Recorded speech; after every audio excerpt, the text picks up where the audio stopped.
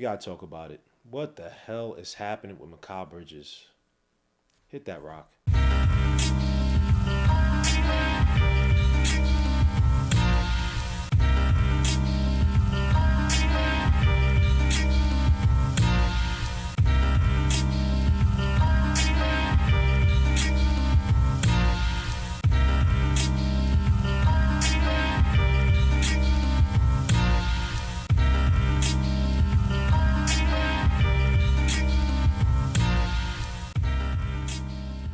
Before we start the video, make sure to hit the like, subscribe to the channel, hit the dark notification bell to get each and every notification for each and every video I put out there. I appreciate you guys. Also, visit underdogfantasy.com. Use a code word Legion or LK to get a match up to $1,000 on your first deposit. Bet at your heart's desire. So many games to be observed and played and betted on. Please bet responsibly. So let's get to it, man. Mikal Bridges, man, this guy's having a prime Tobias Harris season. Productive on the surface, but inefficient in many areas and probably not as impactful as he probably should be on both ends of the floor. Now, this year, Mikal Bridges is average around 17 points a game. Yay! 3.6 rebounds a game, 3.3 assists, which is kind of in line with what he's been doing for most of his career. It's not necessarily the rebounds, but the assist. 48% from the field, but a weak 34% from three, and a terrible 62% at the stripe. Now, granted, he doesn't go to the basket a lot, which again could speak to some of the issues this season. But for reference, last year Mikal Bridges as a 1-8 player through the first 24 games with the Brooklyn Nets put up 22.5 points a game, 48% from the field, 38% from three, 86% from the stripe to go along with 5.6 rebounds, 3.8 assists. Now, granted, he was a number one option per se in Brooklyn, had a usage rate a lot higher than what he's putting up now, 24%, 25% last year versus 19% so far this year. But even when you look at his production with the Phoenix Suns during probably his best year as defensive player of the year, runner-up year, through the first 24 games, he put up, lesser points at 14.2 points per game, but he still shot 53% from the field, 37% from three, 83% from the stripe to go along with 4.2 rebounds and 2.3 assists on usage around in the high teens, something that we're seeing this season. So let's talk about it, man. This guy, Mikal Bridges, we gave five first rounders for Mikal Bridges. Granted, those first rounders, especially at least two before 2029, probably not going to be worth much of anything. And it's going to constantly be in the playoffs, be a decency in the playoffs. So again, the value behind those picks are not going to be great, even though you find gems in every draft. So it's not as if you couldn't get a good player with those first round picks, even if they're at the end of the first round of the draft. 2029, I'm not looking for some kid in U13 or something like that that's supposed to produce for us or be that guy by the time he gets to 2029, he comes to the draft. So whatever, it's a watch. But again, you look at it and say, well, I could have gotten this player, I could have gotten this player, I could have used this capital to get this player.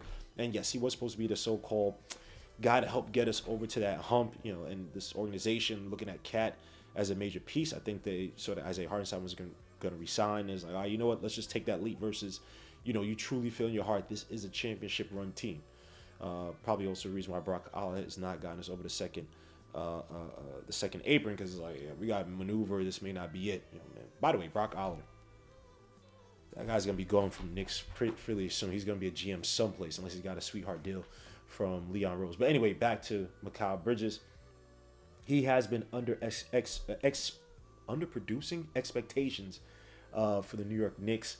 Take out the first round picks. Just look at the play on the floor. He's brought here to be a great point of attack defender, or good enough, way above average point of attack defender, a guy who can defend off the screens. Now, there may be somewhat of a misconception behind that, because he's never historically been that guy in terms of a great isolation defender, great off the screens. Now, for isolation defense, he's ranking in 40th percentile this season. Again, in his run-up season for the Defensive Player of the Year, he only ranked in the 49th percentile in isolations. But he did rank last year, just randomly, in the 86th percentile when defending isolations with the Brooklyn Nets. It seems as if we found out more that he's not this great 1A scorer, but then he put up some good defensive numbers with the Brooklyn. And then when you look at his pick-and-roll defense, it's just not been great this season. He's ranking in 42nd percentile, which is actually closer to his split when he got traded from the Phoenix Suns to the Brooklyn Nets. But it's a lot worse than the 55th rankings that he had early in his career, and even in his last year with Brooklyn, where he ranked in that range. And you take into other account other things like his 3-point shooting, which you would think that it would be the one weapon that they could leverage, the New York Knicks could leverage in a so-called Brunson-led offense, or an offense that, you know, it has a lot of dribble drive penetration. You have your wings on the flank, and you're hoping those guys can knock down shots once the ball moves around to them. And this guy is shooting around 33.9% from three, which is the weakest of his career after his rookie season. But most importantly, when you talk about the ball moving in rhythm and his shots in rhythm, on those catch and shoots, he's only shooting around 35% of the season. And is it pressure? Because when you look at deep into his numbers, when he's open, when you have a defender that's 46 feet away from him, he's shooting 30.9% from the 3-point line, which is putrid. Now, in comparison, you know, the last few years, he's been shooting in the higher 30% or percent range. In 2020 to 2021, he shot around 42%. So again, he's typically a guy who lives around that high 30% range, but you can just tell this season he's just nowhere near as prolific. And even from the post-ups, something that I thought was actually a major asset coming into the season, he's only ranking in 31st percentile this season, and he has a higher frequency with his post-ups in terms of the number of shots in his total possessions that goes to post-ups at 5.6 this season. Now, last year and years prior, he's typically around like 1 to 2%. Last year, he shot a lot better, 1.3% frequency, was ranking in 88th percentile with the Brooklyn Nets.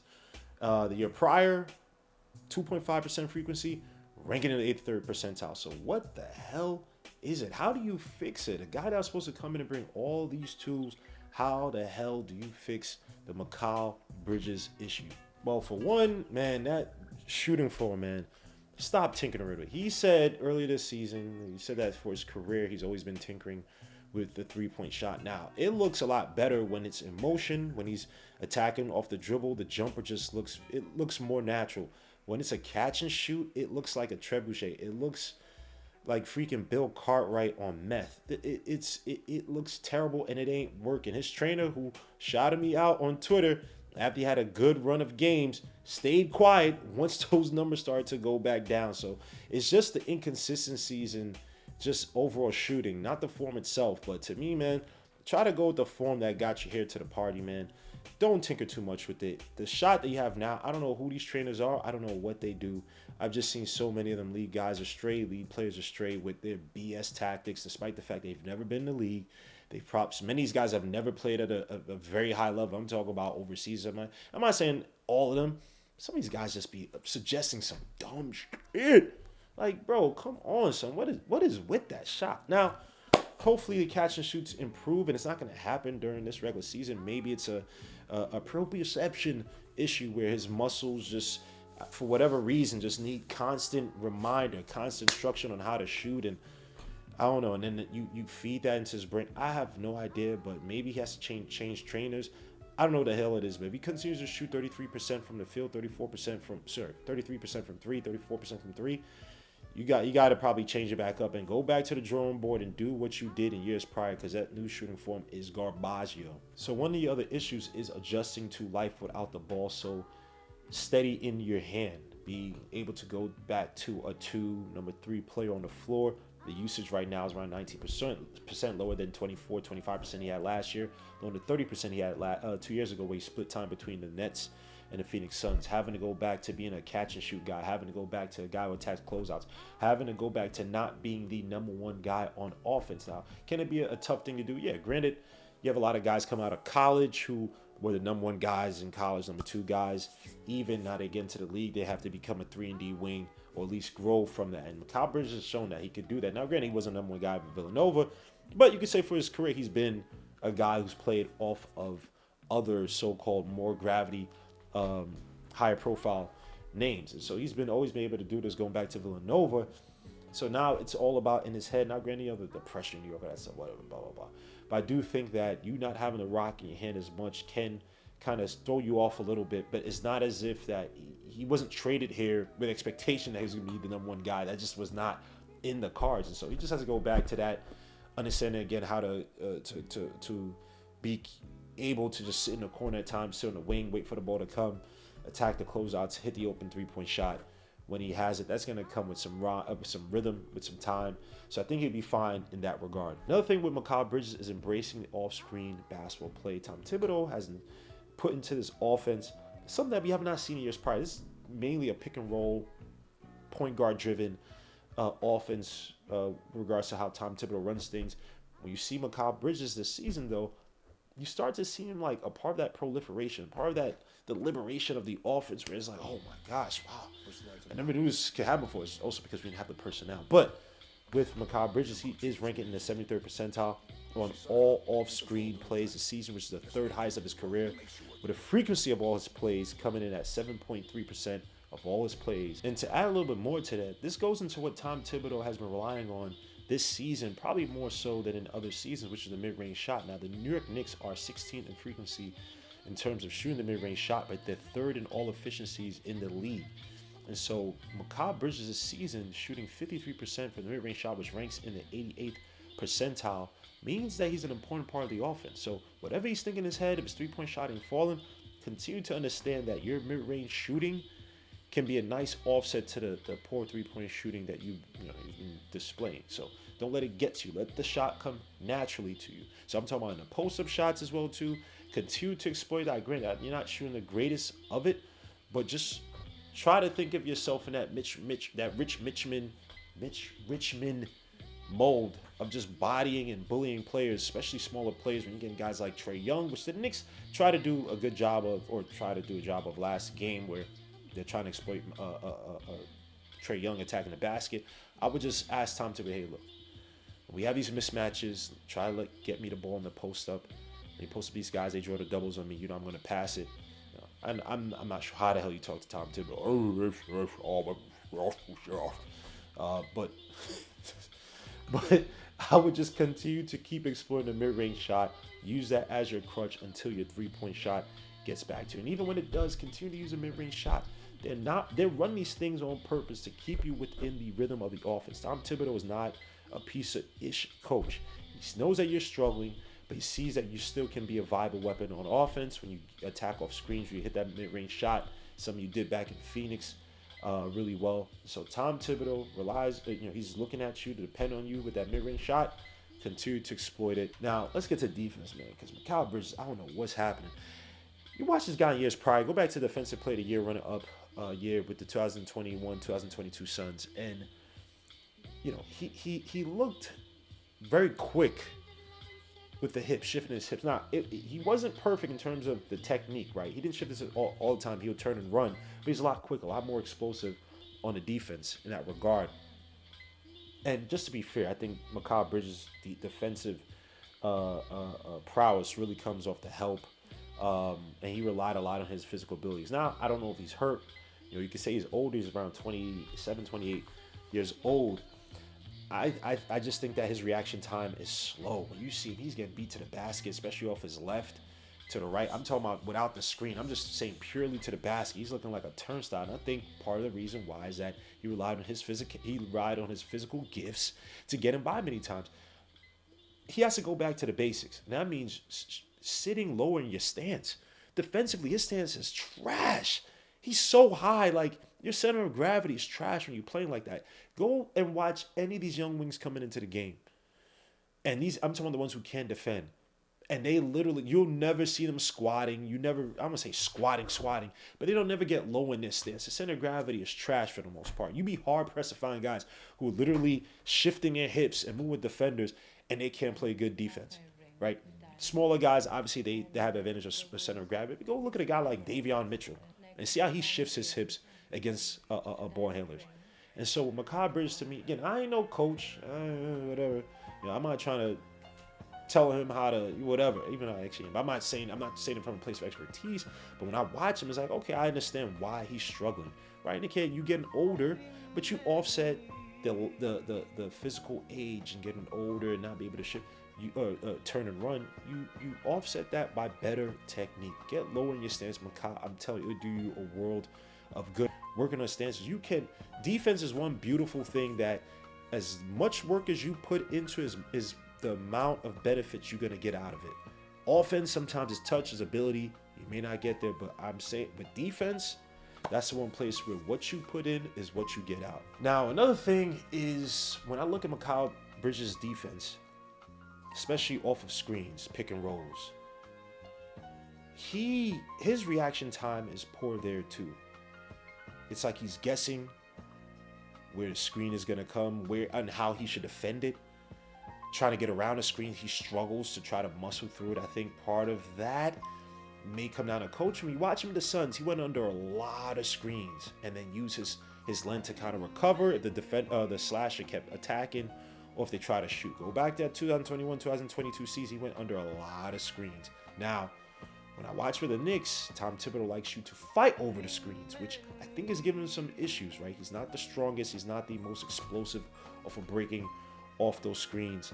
And so many times he's leaving Cat a lot of times. Now, I used to think it was going to just be Brunson, Cat. That team's going to be run the pick and roll against those two. They run against Mikal heavy.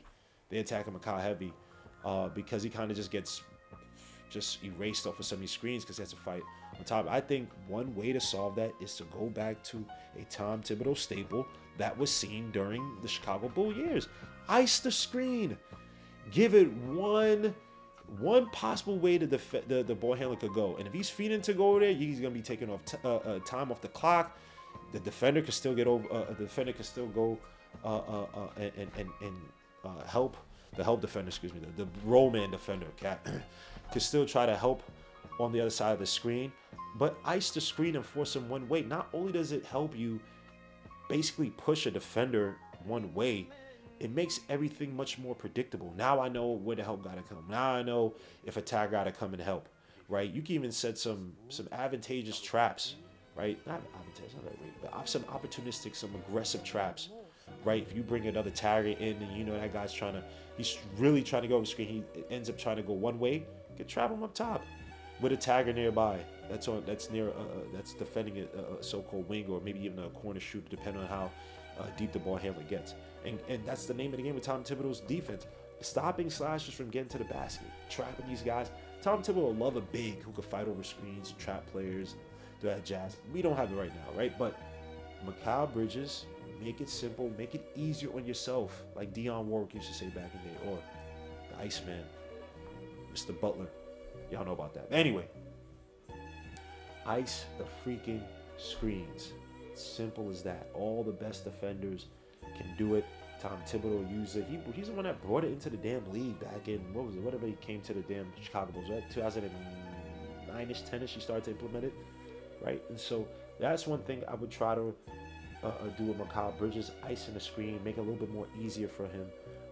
Allow him to build up some defensive confidence out there where he's not being murdered on these screens, and now teams have to go to another angle to try to beat him and beat the Knicks. Aside just using that pick and rolls to punish him. And look, even with all my suggestions, guys, it's only 24 games through the season. I know the Cup game, everybody's mad, and look, the Hawks lost to the Milwaukee Bucks. It is what it is. But I think the Knicks and Mikal Bridges, I think they'll be fine. Don't look at this as the first round picks we gave up and he's doing this and blah, blah. Look at it as the Knicks are trying to make an investment to try to skip ahead and get to a championship level, and it may not be, but if Mikal continues to play like this, when we don't have to pay him a lot of money, which again, that's not what you necessarily want. You want it to where he's putting pressure on you, and you have to try to pay him some money because he's giving you good results, which hopefully mean a championship. But again, it's only 24 games. About to be 25 fairly soon. But again, it's a quarter through the season. I don't think that Mikal Bridges is a major bust. I think he's still my done life. But I just think that he's figuring it out. And even while he's trying to figure it out, you're still seeing some good things from him. He's had some solid games this season where it's like, oh, he's finally figured out, and he's dropped back down. I think there's a lot of pressure on him. And again, the Knicks have like the top 4 players with minutes played. He's had like he's up there in terms of number of yards defensively and offensively traveled by an individual player in the NBA. I think he was number 2 at one point. He may even be number 1 at this point. So give Mikal Bridges some time to gel. And if this is what we're seeing, Mikal Bridges not truly gel, just imagine what he's going to be once he's actually truly acclimated to the system. You can depend on him a little bit more as a point of attack defender. You can depend on him as a catch and shoot, three-point shooting guy. You can depend on him as a guy who can attack closeouts. You're still going to see him shoot those mid-range shots and be a viable guy off the off screens like you're seeing right now. Just give it some time. Tom Thibodeau, let it marinate. We've seen this by Tom Thibodeau. These relatively slow starts, guys struggling. And what happens in the second half of seasons? When it all clicks, when it all comes together. Remember a whole bunch of people that didn't want Isaiah Hartenstein thought he was trash, right? He just got 29 million. He's giving you 15 rebounds a game, playing all-out defense for the OKC Thunder. So, if not for anything else, trust in Tom Thibodeau and his madness. But guys, let me know your comments. Leave your thoughts at the end of this video. Am I bugging on Mikal Bridges? Is it too much? Is it too little? Do you have any other suggestions as to how to get Mikal Bridges going that I may have missed? Leave your comments at the end of the video. I appreciate you guys. Make sure to leave a like, subscribe to the channel. Make sure to hit the dark notification bell to get each and every notification for each and every video. It's your boy Gmo, Legion of the Knicks. I appreciate you guys. Peace, Lou. God bless. We out.